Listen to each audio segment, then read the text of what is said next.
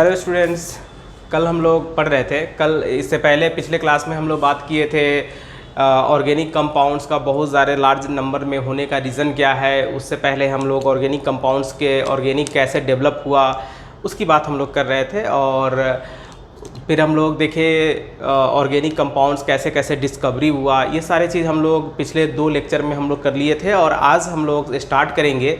आज हम लोग का लेक्चर 3 है और इसमें हम लोग स्टार्ट करेंगे कि ऑर्गेनिक कंपाउंड्स का कुछ बॉन्डिंग का कंसेप्ट यहाँ पे देखेंगे कि कैसे कैसे कार्बन, क्योंकि हम लोग बात कर रहे थे कि कैसे बॉन्डिंग फॉर्म होता है और कार्बन किस तरह से मॉलिक्यूल का फॉर्मेशन करता है, तो हम लोग कार्बन पर थोड़ा सा स्पेशली यहाँ पे देखेंगे। तो हम लोग बात कर रहे थे कि ऑर्गेनिक कंपाउंड्स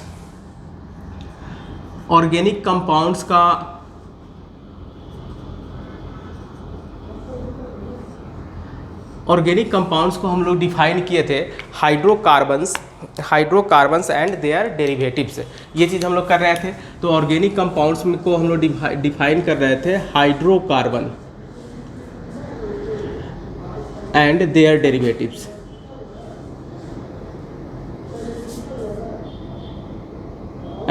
डेरिवेटिव्स। ठीक है। तो हाइड्रोकार्बन्स एंड देयर डेरिवेटिव्स को ही हम लोग ऑर्गेनिक कंपाउंड्स बोल रहे थे। और हाइड्रो का यानी कि ऑर्गेनिक कंपाउंड कहने के लिए मिनिमम क्राइटेरिया हाइड्रोकार्बन होना चाहिए, मतलब कि जो कार्बन एंड हाइड्रोजन से बना हो। तो ये हाइड्रोकार्बन क्या होता है, जो कार्बन एंड हाइड्रोजन से बना हुआ कंपाउंड है। तो इसमें हम लोग क्या करेंगे, मेनली पहले हम लोग को कार्बन का कुछ प्रॉपर्टीज जानना होगा, तब हम लोग क्या करेंगे उसका और ज़्यादा डिटेल हम लोग इसको समझ सकते हैं। तो कार्बन की अगर हम लोग बात करेंगे, चूँकि इसमें मेन क्राइटेरिया क्या होना चाहिए, कार्बन होना चाहिए, उसके बाद हाइड्रोजन होना चाहिए। तो कार्बन की अगर हम लोग बात करें तो इसमें देखिए, इस कार्बन को अगर हम लोग यहाँ पे लाते हैं तो कार्बन का एटॉमिक नंबर, यानी कि इसको हम लोग सिम्बॉल लिखते हैं C6 और ये 12। कार्बन का एक्चुअली आइसोटोप्स 3 आइसोटोप्स होता है, C612, C613 and C614। But उसमें हम लोग मेनली C12 को ही हम लोग कंसीडर करते हैं, क्योंकि ज़्यादा लार्ज अमाउंट में मिलता है। तो हम लोग यहाँ पे देखेंगे उससे उसकी हम लोग को ज़रूरत नहीं है। अभी मेन ज़रूरत है हम लोग को कि इसका ये एटॉमिक नंबर है, कार्बन का एटॉमिक नंबर है। इसका अगर कन्फिग्रेशन देखेंगे, कार्बन में का कन्फिग्रेशन अगर हम लोग देखें तो ये कन्फिग्रेशन क्या होगा, C6 को अगर हम लोग इसका कन्फिग्रेशन लिखेंगे 1s2 2s2 एंड 2p2। ठीक है। इस कन्फिग्रेशन को यहाँ पे अब देखिए, इसमें वो फर्स्ट सेल के एस सबसेल में 2 इलेक्ट्रॉन है, सेकेंड सेल के सबसेल में भी 2 इलेक्ट्रॉन है, एंड सेकेंड में पी में आपको पता है कि एस में 1 ऑर्बिटल होता है और पी में 3 ऑर्बिटल होता है, px py pz। तो इसमें हम लोग 3 ऑर्बिटल से यहाँ पे लिखेंगे और इसमें 2 इलेक्ट्रॉन हैं। हुन्स रूल के अकॉर्डिंग आपको पता है कि जब इलेक्ट्रॉन कोई ऑर्बिटल हो और उसमें इलेक्ट्रॉन पहले क्या होता है, पहले सिंगल ऑक्यूपाई करता है, बाद में ये पेयरिंग होना शुरू होता है। तो एक्चुअली इसमें लास्ट में 2 ही इलेक्ट्रॉन बच रहा है, तो हम लोग सिंगल इसको अभी डालेंगे। और इस स्टेट को हम लोग बोलते हैं ग्राउंड स्टेट कन्फिग्रेशन, यानी कि ये जो कन्फिग्रेशन अभी हम लोग लिखे, ये कन्फिग्रेशन क्या है, ये है आपका ground state configuration. Ground state configuration.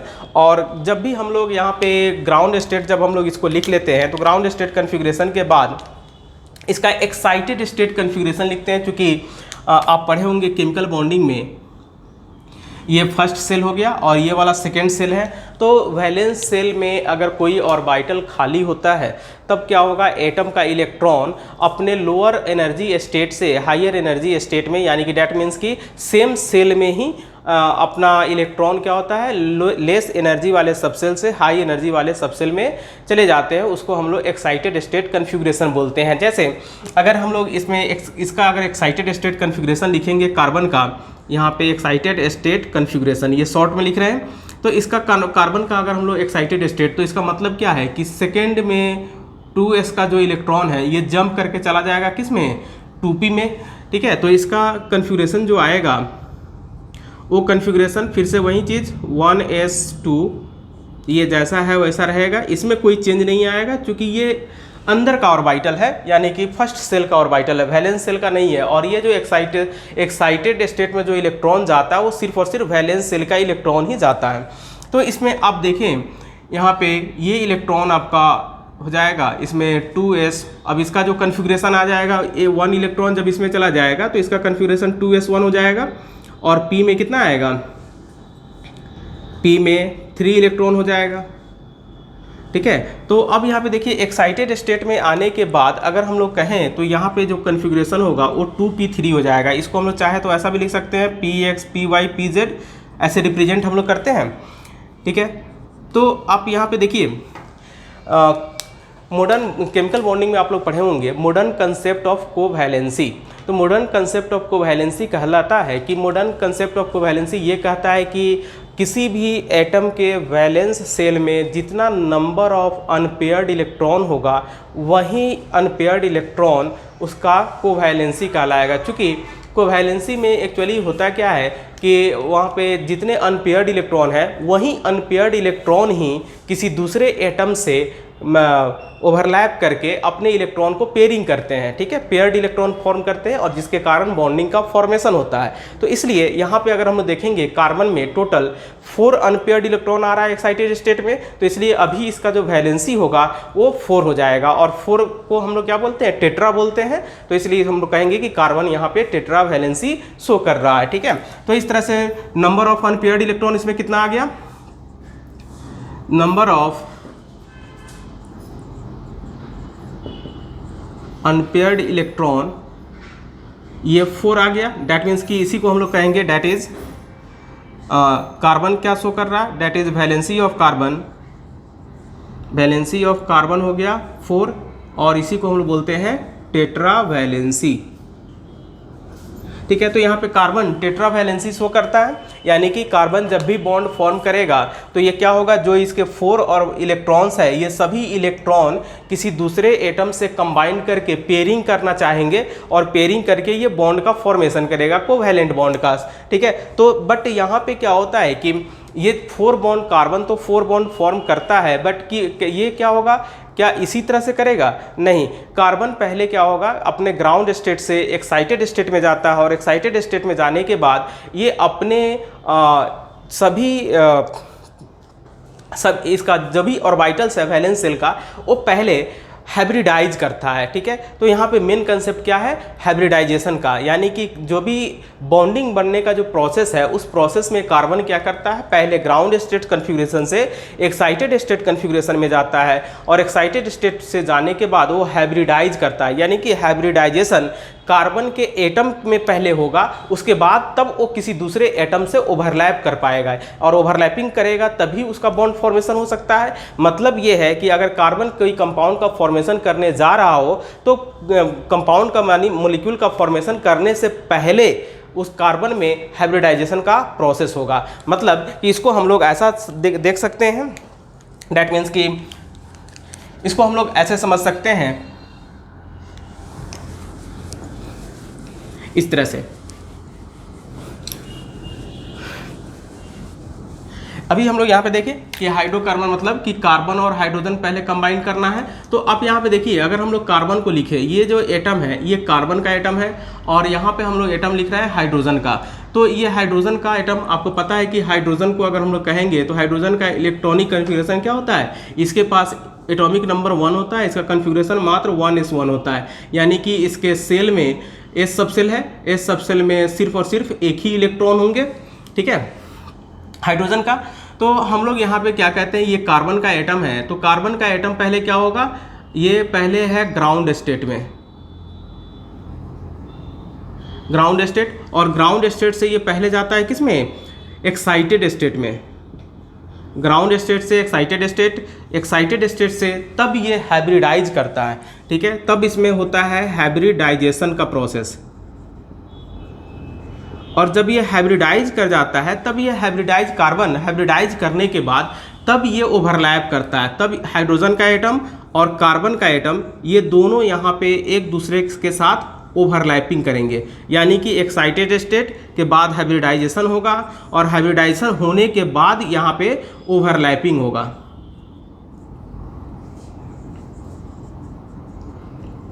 Hybridisation होने के बाद ओवरलैपिंग होगा, और जब ओवरलैपिंग हो जाएगा तब इसके बीच कार्बन और हाइड्रोजन के बीच यहाँ पे बॉन्ड बनना शुरू होगा। ठीक है, तो मतलब क्या है कि ये कंसेप्ट आपको समझना है, यही चीज़ हम आपको समझाना चाह रहे हैं कि कोई भी जैसे कार्बन का कोई भी मॉलिक्यूल अगर फॉर्म करता है तो उस मॉलिक्यूल में कार्बन का एटम पहले ग्राउंड स्टेट से एक्साइटेड स्टेट में जाएगा, फिर उसके बाद हाइब्रिडाइज करेगा और हाइब्रिडाइज करने के बाद तब ये किसी दूसरे एटम से, डैट मीन्स कि हाइड्रोजन हो या कोई भी एटम हो उसके साथ ओवरलैप करेगा, ठीक है। और जब ओवरलैपिंग हो जाएगा तब वहाँ पे केमिकल बॉन्डिंग का फॉर्मेशन हो जाएगा, डैट मीन्स कि वहाँ पे ये दोनों के बीच यहाँ बॉन्ड बन जाएगा, ठीक है। तो अब कहने का मतलब क्या है कि यहाँ पे बीच का जो प्रोसेस आया वो आया आपका हाइब्रिडाइजेशन, ठीक है। तो ये हाइब्रिडाइजेशन क्या है, तो इसके बारे में हम लोग हाइब्रिडाइजेशन के बारे में देखेंगे, ठीक है। तो इसमें चलिए, तो अब हम लोग हाइब्रिडाइजेशन की बात कर रहे थे। तो हाइब्रिडाइजेशन का मतलब क्या होता है कि जैसे आप लोग नेम सुने होंगे हाइब्रिड का मतलब क्या होता है कि कोई भी दो चीज़ को, दो या दो से अधिक चीज़ को मिक्स करना, यानी कि मिक्सिंग वाले प्रोसेस। जैसे हम लोग बोलते हैं कि हाइब्रिड प्लांट है, हाइब्रिड एनिमल्स है, यानी कि दो प्लांट्स का कैरेक्टर जब मिक्स कर दिया जाता है तो उसको हाइब्रिड बोलते हैं। तो उसी तरह से यहाँ पे हम लोग प्रोसेस देखेंगे हाइब्रिडाइजेशन। तो हाइब्रिडाइजेशन एक्चुअली मॉलिक्यूल में किस तरह से हम लोग फाइंड आउट करते हैं, ये जो प्रोसेस होता है उसको हम लोग बोलते हैं, अगर सिंगल वर्ड में हम लोग इसको बोले, एक सिंगल लाइन में अगर इसको हम लोग बोले तो हम लोग कहेंगे मिक्सिंग ऑफ एटॉमिक ऑर्बिटल्स। यानी कि एटॉमिक ऑर्बिटल्स जब मिक्स होके न्यू ऑर्बिटल्स का फॉर्मेशन करते हैं तो हम लोग बोलेंगे कि ये जो प्रोसेस है मिक्सिंग होने का, यही प्रोसेस हाइब्रिडाइजेशन कहलाता है, ठीक है। तो हम लोग सिंगल लाइन में इसको बोल सकते हैं mixing of atomic orbital, mixing of atomic orbitals, ठीक है। तो मिक्सिंग ऑफ एटॉमिक ऑर्बिटल्स, यहाँ पे ध्यान दीजिएगा, हम लोग इंडिकेट कर रहे हैं किस चीज़ को, ऑर्बिटल्स की बात कर रहे हैं, इलेक्ट्रॉन की बात नहीं कर रहे हैं। मतलब कि हाइब्रिडाइजेशन में सिर्फ और सिर्फ एटॉमिक ऑर्बिटल्स ही पार्टिसिपेट करेगा, इलेक्ट्रॉन कभी भी हाइब्रिडाइजेशन में पार्टिसिपेट नहीं करता है, ठीक है। और अभी जब हम लोग बात किए कि मिक्सिंग ऑफ हाइब्रिडाइजेशन, तो मिक्सिंग ऑफ एटॉमिक ऑर्बिटल, तो इसका मतलब ये है कि जब भी एटॉमिक ऑर्बिटल जब आपस में मिक्स होगा तो कुछ ना कुछ न्यू ऑर्बिटल्स फॉर्म करेगा। तो न्यू ऑर्बिटल्स जो बनता है उसको हम लोग बोलते हैं हाइब्रिड ऑर्बिटल्स। और एक चीज़ आपको समझना है कि ये हाइब्रिडाइजेशन क्यों होता है, ठीक है। तो आप देखिए, अभी हम लोग कार्बन की बात कर रहे थे, तो कार्बन का एक एग्जांपल पहले हम लोग यहाँ पे देखें कि कार्बन में जो एक्साइटेड स्टेट था और एक्साइटेड स्टेट होने के बाद हाइब्रिडाइजेशन हो रहा था, तो यहाँ पे एक्साइटेड स्टेट में, यानी कि हम लोग सेकेंड सेल का बात कर रहे हैं, ठीक है ना। 2s में कार्बन का 2s1 था और फिर कार्बन का 2p, यहाँ पे px1 py1 और pz1, ऐसे भी बोल सकते हैं px py pz, ठीक है। इसमें भी एक इलेक्ट्रॉन है, ऐसे इसमें भी एक इलेक्ट्रॉन है। चलिए इसको सिंपल में हम लोग ऐसे लिख देते हैं 2p3, इस तरह से। तो आप देखिए यहाँ पे कि ये जो s का एक ऑर्बिटल है और p का 3 ऑर्बिटल है, एक ये ऑर्बिटल, 2 ऑर्बिटल और ये 3 ऑर्बिटल, ठीक है। तो ये तीनों ऑर्बिटल जब मिक्स करता है, कभी भी ऑर्बिटल जब मिक्स करेगा तो जितना number of hybrid orbital mix करता है उतना ही number of new hybrid orbital form होता है। तो अगर हम लोग इसमें देखें कि एक s का एक ऑर्बिटल, s में तो सिंगल एक ही ऑर्बिटल होता है, तो s का एक ऑर्बिटल अगर p के एक ऑर्बिटल से मिक्स करेगा इस तरह से, तो इस ऐसे हाइब्रिडाइजेशन को हम लोग बोलेंगे sp हाइब्रिडाइजेशन। s का एक ऑर्बिटल p के सिंगल ऑर्बिटल से मिक्स करता है तो इस प्रोसेस को बोलते हैं sp हाइब्रिडाइजेशन। और s का एक ऑर्बिटल p के अगर दो ऑर्बिटल से मिक्स करेगा, इस तरह से ये वाला 2 हो गया, तो इसको कहेंगे sp2 हाइब्रिडाइजेशन। और s का एक ऑर्बिटल p के 3 ऑर्बिटल से मिक्स करेगा तो इसको बोलेंगे sp3 हाइब्रिडाइजेशन। तो एक्चुअली ऑर्गेनिक मॉलिक्यूल में मात्र 3 ही तरह का हाइब्रिडाइजेशन देखा जाता है, sp, sp2 एंड sp3। इसके अलावा और कोई पॉसिबिलिटी यहाँ पे नहीं होगा, क्योंकि इसके पास आगे ऑर्बिटल नहीं है। तो आगे जब ऑर्बिटल नहीं है तो इसमें मैक्सिमम ऑर्बिटल क्या हो सकता है, इतना ही तरह का हाइब्रिडाइजेशन हो सकता है, sp, sp2 एंड sp3, ठीक है। तो टाइप्स ऑफ हाइब्रिडाइजेशन में हम लोग लिख सकते हैं यहाँ पे टाइप्स ऑफ हाइब्रिडाइजेशन मात्र 3 तरह का होगा। और इस तरह से अगर देखिए तो हम लोग बात यहाँ पे क्या कर रहे थे कि जो भी हाइब्रिड ऑर्बिटल जब बनता है तो सभी हाइब्रिड ऑर्बिटल बनने के बाद, अच्छा एक और बीच में हम लोग ये बात कर रहे थे कि हाइब्रिडाइजेशन क्यों होता है, ठीक है। तो थोड़ा सा यहाँ पे आप पहले इसको देख लेते हैं। तो अभी देखिए ये जो s ऑर्बिटल है, आप जानते हैं केमिकल बॉन्डिंग में और एटॉमिक स्ट्रक्चर में आप पढ़े होंगे कि s का एनर्जी, जैसे 2s की बात करें और 2p का बात करें, ठीक है। तो 2p s ऑर्बिटल है और 2p ऑर्बिटल है, s का एनर्जी 2p से कम होता है, ठीक है। जैसा कि अभी हम लोग देख रहे थे कि S का एक ऑर्बिटल और P में 3 ऑर्बिटल था, तो S का जो एनर्जी है वो 2p से कम होगा, ठीक है, साइज भी छोटा होता है, ठीक है। तो इस तरह से अगर देखिए कार्बन अगर किसी से बॉन्ड बनाता है तो कार्बन के पास क्या है, बिना हाइब्रिडाइजेशन का अगर बॉन्ड फॉर्म होगा तो इस तरह से अगर हम लोग बात करें ये 2s हो गया और ये 2p हो गया, ठीक है। इस समझना है, लिखना नहीं है इसको। तो इसमें अब देखिए एक इलेक्ट्रॉन था, इसमें एक इलेक्ट्रॉन, इसमें एक इलेक्ट्रॉन, तो अगर S का कोई भी एटम अगर इसके कार्बन के साथ ओवरलैप करके बॉन्डिंग फॉर्म करता है, जैसे मान लेते हैं कि ये कार्बन हाइड्रोजन के साथ बॉन्ड बनाता है 4 हाइड्रोजन के साथ, ठीक है। तो ये कार्बन, एक कार्बन प्लस 4 हाइड्रोजन, ये आपस में अगर शेयरिंग करेगा तो क्या होगा, हाइड्रोजन के पास तो सिर्फ एक ही इलेक्ट्रॉन होता है, तो ये सभी हाइड्रोजन इससे एक हाइड्रोजन सब ओवरलैप करने के बाद इस तरह से ये हाइड्रोजन हाइड्रोजन हाइड्रोजन, ठीक है। तो ये जो फॉर्म होता वो कार्बन का 4 बॉन्ड बनता। लेकिन यहाँ पे एक कंसेप्ट है, ध्यान से समझना इस बात को, कि इसमें 3 बॉन्ड जो यहाँ पे P का दिख रहा है, ठीक है। तो ये P ऑर्बिटल का सबका एनर्जी तो सेम है, आपस में सभी एनर्जी ऑर्बिटल, जिसको डीजेनरेट ऑर्बिटल भी हम लोग बोलते हैं, यानी कि P सबसेल में जो ऑर्बिटल है वो सबका एनर्जी सेम है। तो सेम एनर्जी वाले ऑर्बिटल्स को हम लोग बोलते हैं डीजेनरेट ऑर्बिटल्स, ठीक है। तो ये सबका एनर्जी सेम होने के कारण, इसके कारण जो बॉन्ड बनेगा कार्बन हाइड्रोजन का, वो बॉन्ड क्या होगा, ये मान लेते हैं कि ये बॉन्ड बना, तो ये तीनों बॉन्ड का लेंथ तो सेम होगा। लेकिन अगर S के साथ हाइड्रोजन अगर ओवरलैप कर रहा है, ठीक है, तो इसका जो बॉन्ड बनना था वो बॉन्ड क्या होना चाहिए, मान लेते हैं ये वाला बॉन्ड है, तो ये बॉन्ड तो स्मॉल होना चाहिए, क्योंकि S का साइज भी छोटा होता है, एनर्जी भी कम होता है। तो इस तरह से चारों बॉन्ड तो सेम नहीं होना चाहिए था, ठीक है, और चारों बॉन्ड का एनर्जी भी सेम नहीं होना चाहिए था। लेकिन ऐसा नहीं होता है, ये देखा जाता है कि अगर कार्बन का जो भी बॉन्ड फॉर्म हो रहा है, मान लेते सिमिलर एटम है इस तरह से CH4, ये सभी एटम तो सराउंडिंग एटम सेम है, कार्बन सेम है, तो ये सभी बॉन्ड जो देखा जाता है, ये सभी बॉन्ड का बॉन्ड लेंथ, बॉन्ड एनर्जी एकदम इक्वल होता है। तो ऐसा क्यों होता है, तो इसी बात को समझाने के लिए ये कंसेप्ट आया हाइब्रिडाइजेशन का, ठीक है। तो ये कंसेप्ट हाइब्रिडाइजेशन का हम लोग यहाँ पे देख रहे थे, तो ये कंसेप्ट है, तो ये समझ में आ गया कि हाइब्रिडाइजेशन क्यों हम लोग लेते हैं। एक्चुअली हाइब्रिडाइजेशन एक थ्योरेटिकल प्रोसेस है, यानी कि हम ये रियल में होता है या नहीं होता है, ये हम लोग बॉन्ड बनते समय हम लोग देखने तो नहीं जाते हैं, बट ये बॉन्डिंग क्यों इक्वल होता है, ठीक है, सभी बॉन्डिंग एक तरह का जो भी बॉन्ड है वो सब इक्वल क्यों होता है, उसके पास एनर्जी सेम क्यों होता है, तो इस चीज़ को समझने के लिए ये हाइब्रिडाइजेशन का कंसेप्ट दिया गया, ठीक है। तो अब हम लोग हाइब्रिडाइजेशन का डिफिनीसन लिखेंगे, जो थोड़ा सा इसको लॉन्ग डिफिनीसन लिख लेते हैं, ठीक है, जिसको आप याद रखेंगे। चलिए तो हम लोग डिफिनीसन यहाँ पे लिखते हैं, इसका डिफिनीसन हम लोग एक बार लिख लेते हैं।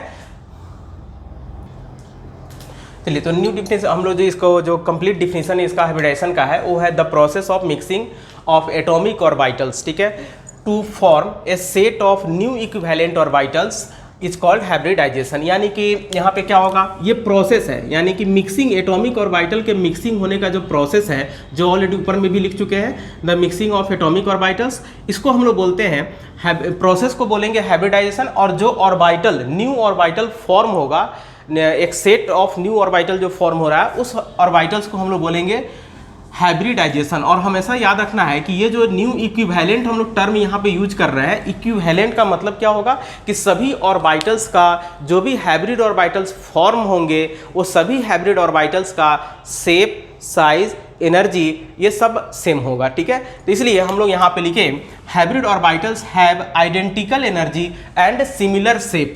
एनर्जी सबका एक जैसा होगा और शेप भी सबका एक जैसा होगा। तो मेनली हम लोग क्या कहेंगे, ऑर्गेनिक कंपाउंड के केस में अगर देखेंगे, in case of organic molecule,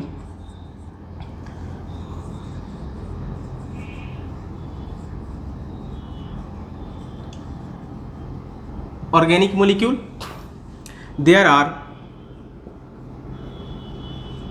3 types of hybridization.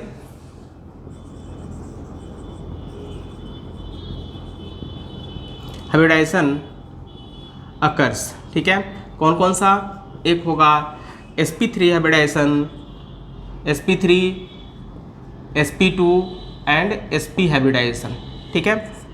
sp3, sp2 and sp hybridization. तो ये टाइप्स ऑफ हाइब्रिडाइजेशन है ऑर्गेनिक कंपाउंड्स में कि कौन कौन सा हाइब्रिडाइजेशन हो सकता है, जैसा कि अभी आपको बताया। लेकिन ये ऑर्गेनिक की बात कर रहे हैं। अगर इनऑर्गेनिक कंपाउंड में आप देखेंगे तो हाइब्रिडाइजेशन बहुत सारे तरह का होगा वहाँ पे, sp, sp2, sp3, sp3d, sp3d2, sp3d3 यहाँ तक जाता है इनऑर्गेनिक मॉलिक्यूल में। ऐसा बहुत सारा मॉलिक्यूल आप केमिकल बॉन्डिंग में पढ़े होंगे, ठीक है। तो अब हम लोग यहाँ पे देखेंगे कि हाइब्रिडाइजेशन होने के लिए कुछ न कुछ रूल्स, हम लोग उसके लिए एक कुछ रूल्स होता है, उस रूल को हम लोग फॉलो करते हैं और उस रूल के अकॉर्डिंग ही हम लोग हाइब्रिडाइजेशन को पढ़ते हैं। क्योंकि कुछ रूल्स को अगर हम लोग देखें तो यहाँ पे देखिए, सबसे पहले हम लोग क्या कहेंगे कि हाइब्रिडाइजेशन किस में होगा, तो सिमिलर, लगभग ऑलमोस्ट सिमिलर एनर्जी वाले सबसेल में जो भी ऑर्बिटल्स है उस ऑर्बिटल्स के बीच हाइब्रिडाइजेशन होता है। और जो भी हाइब्रिड ऑर्बिटल्स फॉर्म होते हैं वो सब सिग्मा बॉन्ड फॉर्म करते हैं। और जो ऑर्बिटल हाइब्रिडाइजेशन में पार्टिसिपेट नहीं करते हैं, जिनको अनहाइब्रिडाइज्ड ऑर्बिटल कहा जाता है, वो पाई बॉन्ड फॉर्म करेंगे। दूसरा हम लोग देखेंगे जितने भी हाइब्रिड ऑर्बिटल है सबका शेप, साइज, एनर्जी सेम होंगे। बट वहाँ पे एक और चीज़ होता है कि हाइब्रिड ऑर्बिटल सभी आपस में एक जगह पे नहीं रहते, वो सब एक साथ अपना स्पेस में एक्चुअली अरेंज करके एक शेप प्रोवाइड करते हैं मॉलिक्यूल को, ठीक है, जिसके कारण सभी ऑर्बिटल का ओरिएंटेशन अलग अलग होता है, ठीक है। तो अब हम लोग यहाँ पे देखेंगे हाइब्रिडाइजेशन रूल। तो हाइब्रिडाइजेशन रूल को हम लोग इसमें लिखते हैं, सभी हाइब्रिडाइजेशन रूल को हम लोग यहाँ पे लिखते हैं। हाइब्रिडाइजेशन रूल हम लोग देख रहे हैं। हाइब्रिडाइजेशन रूल में जैसे ये कुछ हाइब्रिडाइजेशन रूल्स है जिसके अकॉर्डिंग हम लोग हाइब्रिड ऑर्बिटल्स डिसाइड करते हैं या हाइब्रिडाइजेशन डिसाइड करते हैं। तो ये चीज़ को आपको समझना है और ये याद भी रखना है कि हाइब्रिडाइजेशन का प्रोसेस क्या क्या है। यहाँ पे the atomic orbitals of same atom, यानी कि अभी आपको बताया कि जब भी हाइब्रिडाइजेशन होगा तो सेम एटम में होगा, यानी कि एक ही एटम में होगा। तो सेम एटम हैविंग सेम और नियरली सेम एनर्जी, यानी कि ऐसा ऑर्बिटल जिसमें एनर्जी क्या हो, सेम हो और लगभग सेम हो, ठीक है, take part in the process of hybridization. ये ऑलरेडी आपको बता चुके हैं कि सेम ऑर्बिटल, यानी कि ऐसा ऑर्बिटल हाइब्रिडाइजेशन में पार्टिसिपेट करता है जिसका एनर्जी लगभग सेम हो, ठीक है। तो यहाँ पे हम लोग देखेंगे next, the number of hybrid orbitals form is always equal to the atomic orbitals which can take part in the process of hybridisation. यानी कि जितने भी number of hybrid orbital form होंगे, दैट मीन्स कि जितने नंबर ऑफ हाइब्रिड ऑर्बिटल जितने number of orbitals participate करेंगे hybridisation के प्रोसेस में, उतना ही number of equivalent orbital form होंगे। दैट मीन्स मान लेते हैं कि एस का एक ऑर्बिटल और पी का 3 ऑर्बिटल, ये आपस में अगर हाइब्रिडाइजेशन कर रहा है तो टोटल कितना 4 हाइब्रिड ऑर्बिटल का फॉर्मेशन होगा, ठीक है। 4 न्यू हाइब्रिड ऑर्बिटल फॉर्म होंगे और सबका शेप, साइज, एनर्जी सेम होगा। जैसे एक छोटा सा एग्जांपल आपको बताते हैं कि अगर हम लोग यहाँ पे देखें कि जैसे इस तरह से मान लेते हैं कि अगर हम लोग हाइब्रिडाइजेशन को आप बहुत अच्छे से समझ सकते हैं कि क्यों इसका शेप, साइज, एनर्जी सब सेम होता है और क्यों इसका मतलब सभी सिमिलर कंडीशंस में होता है, यानी कि equivalent number of orbitals form होता है। तो इसको हम लोग एक ऐसे चीज़ से समझ सकते हैं कि मान लेते हैं कि एक डब्बा हम लोग लेते हैं, इसमें 1 लीटर अगर हम लोग रेड पेंट ले ले, ठीक है, रेड ले ले, और 1 लीटर अगर हम लोग वाइट पेंट लेते हैं, ठीक है। अब आप क्या कीजिए, ये दोनों को मिक्स कर दीजिए, ठीक है। तो दोनों को मिक्स करेंगे तो क्या होगा, यहाँ पे दोनों मिक्स होने के बाद दोनों को अगर एक कंटेनर में डाल दे तो ये क्या होगा, 1 लीटर और 1 लीटर। यहाँ पे जो भी न्यू कलर जो फॉर्म होगा, ठीक है, न्यू कलर, दैट मीन्स कि रेड और अगर हम लोग व्हाइट को मिक्स करते हैं तो ये जो कलर फॉर्म होता है उसको हम लोग पिंक बोलते हैं, ठीक है। तो जो भी न्यू कलर फॉर्म होगा वो कितना बनेगा, 2 लीटर फॉर्म होगा, ठीक है। तो 2 लीटर फॉर्म होगा तो यहाँ पे हम लोग क्या देखेंगे कि जितना लीटर यहाँ पे पार्टिसिपेट किया, ठीक है, तो दोनों को ऐड करने के बाद क्या होगा, इक्विवेलेंट 2 लीटर बना, यानी कि ना तो कम हुआ ना तो ज़्यादा हुआ, ठीक है। तो अब हम लोग यहाँ पे कह सकते हैं क्या कि ये जो 2 लीटर बना वो कैसा बना, पिंक बना, यानी कि पहले तो ये रेड था और ये व्हाइट था और ये दोनों को मिक्स होने के बाद एक न्यू कलर का फॉर्मेशन हुआ और उतना ही अमाउंट में बना जितना कि पहले दोनों को मिक्स करने के दोनों का अमाउंट था, ठीक है। तो वही चीज़ हम लोग यहाँ पे देख रहे हैं कि generally all the hybrid orbitals are similar but they are not necessary identical in shape. दूसरा चीज हम लोग देखेंगे कि सभी हाइब्रिड ऑर्बिटल्स क्या होगा, सिमिलर होगा, एक जैसे होंगे, लेकिन शेप का मतलब यहाँ पे हो गया कि स्पेस में जो ओरिएंटेशन होगा वो अलग अलग होगा, ठीक है, जिसके कारण उसका शेप डिटरमाइंड होता है मॉलिक्यूल का, ठीक है। नेक्स्ट उसके बाद हम लोग देखेंगे hybrid orbitals always form sigma bond. अभी आपको बताया ये बहुत इंपॉर्टेंट चीज है कि हमेशा याद रखिएगा कि जहां भी सिग्मा बॉन्ड का फॉर्मेशन हो रहा है वहां पे हमेशा और हमेशा हाइब्रिड ऑर्बिटल होगा, ठीक है ना। वो हाइब्रिड ऑर्बिटल से ही सिग्मा बॉन्ड का फॉर्मेशन होता है। अनहाइब्रिडाइज्ड ऑर्बिटल सिर्फ और सिर्फ पाई बॉन्ड का फॉर्मेशन करते हैं। तो यहाँ पे अनहाइब्रिडाइज्ड ऑर्बिटल है जो क्या फॉर्म करेगा, पाई बॉन्ड फॉर्म करेगा, ठीक है। नेक्स्ट उसके बाद हम लोग देखेंगे electron do not go in hybridization. Electron कभी भी हाइब्रिडाइजेशन में पार्टिसिपेट नहीं करता है, तो ये पहले भी हम लोग बात कर चुके थे, ठीक है। नेक्स्ट उसके बाद हम लोग देखते हैं hybrid orbitals have different orientation, यानी कि हाइब्रिड ऑर्बिटल्स का जो ओरिएंटेशन होगा वो स्पेस में अलग अलग होगा। मतलब कि अभी आपको बताएं कि अगर 4 हाइब्रिड ऑर्बिटल फॉर्म हो रहा है, जैसे इस तरह से 1 2 3 4, ये 4 हाइब्रिड ऑर्बिटल है, ठीक है। तो ये सभी हाइब्रिड ऑर्बिटल अगर फॉर्म हो रहा है तो ये सभी हाइब्रिड ऑर्बिटल क्या होगा, आपस में इस तरह से मैक्सिमम डिस्टेंस पे रहना चाहेगा, और मैक्सिमम डिस्टेंस पे रहने के कारण सबका स्पेस में जो ओरिएंटेशन होगा स्पेस में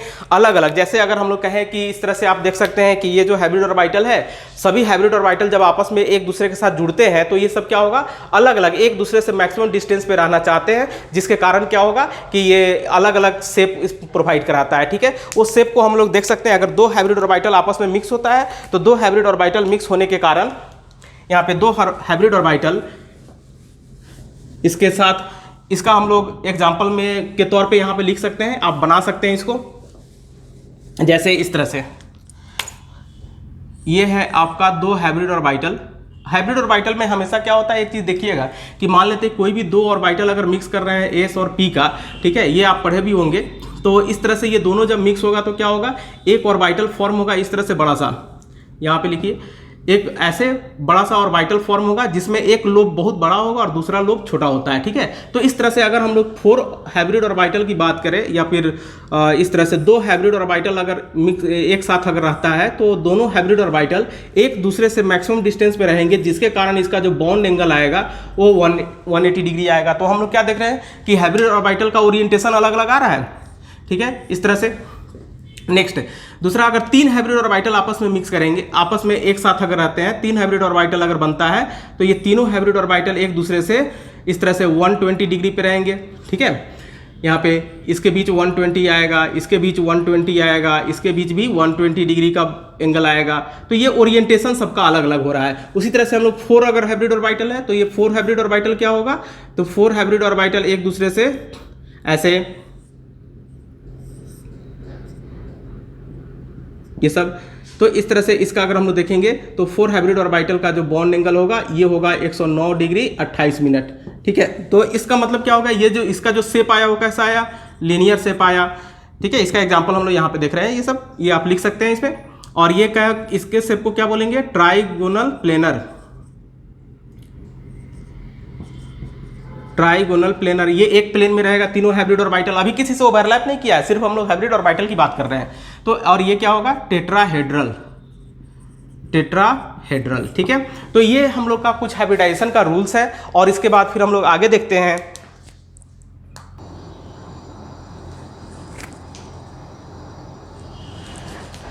चलिए, तो नेक्स्ट हम लोग यहाँ पे देखेंगे एंगल ऑफ हाइब्रिडाइजेशन हम लोग कैसे डिसाइड करते हैं। तो एंगल ऑफ हाइब्रिडाइजेशन डिसाइड करने के लिए इसमें हम लोग एक फॉर्मूला यूज करते हैं, cos alpha is equal to -1/m। तो cos alpha is equal to -1/m, जहाँ पे m क्या होता है, m is equal to number of p orbitals involve in hybridization. जैसे एग्जांपल के तौर पे हम लोग देखें, यहाँ पे sp हाइब्रिडाइजेशन है, तो sp हाइब्रिडाइजेशन में कॉस अल्फा कितना हो जाएगा, cos alpha is equal to -1/m, यानी कि s का एक ऑर्बिटल, p का 1 ऑर्बिटल। तो p तो यहाँ पे 1 है, तो इसमें इसका जो वैल्यू आएगा वो कितना आ जाएगा, -1/1, यानी कि -1। तो इस तरह से अल्फा अगर इसका हम लोग कैलकुलेट करते हैं तो ये अल्फा का वैल्यू आता है 180 डिग्री, ठीक है। जब आप इसको कैलकुलेट करेंगे, कॉस अल्फा का वैल्यू निकालेंगे तो कितना आएगा, 180 डिग्री आएगा इसका बॉन्ड एंगल। उसी तरह से sp2 हम लोग देखेंगे, तो sp2 क्या होगा, इसमें कॉस अल्फा का जो वैल्यू आएगा वो आएगा आपका cos alpha is equal to -1/2। तो इसलिए अल्फा यहाँ पे कितना आ जाएगा, तो अल्फा का वैल्यू आता है इसमें 120 डिग्री। एंड sp3 में sp3 में कॉस अल्फ़ा का जो वैल्यू आएगा वो आएगा -1/3, और इसमें अगर अल्फ़ा का हम लोग कैलकुलेट करेंगे तो ये वैल्यू आता है 109 डिग्री 28 मिनट। ठीक है, तो इस फार्मूला से हम लोग इसमें बॉन्ड एंगल हाइब्रिड और ऑर्बिटल के बीच का बॉन्ड एंगल हम लोग कैलकुलेट कर सकते हैं। अब इसके बाद हम लोग नेक्स्ट देखेंगे टाइप्स ऑफ हाइब्रिडाइजेशन, और टाइप्स ऑफ हाइब्रिडाइजेशन में sp, sp2, sp3 ये कैसे फॉर्म होता है, इसका डिटेल हम लोग देखते हैं नेक्स्ट वीडियो में।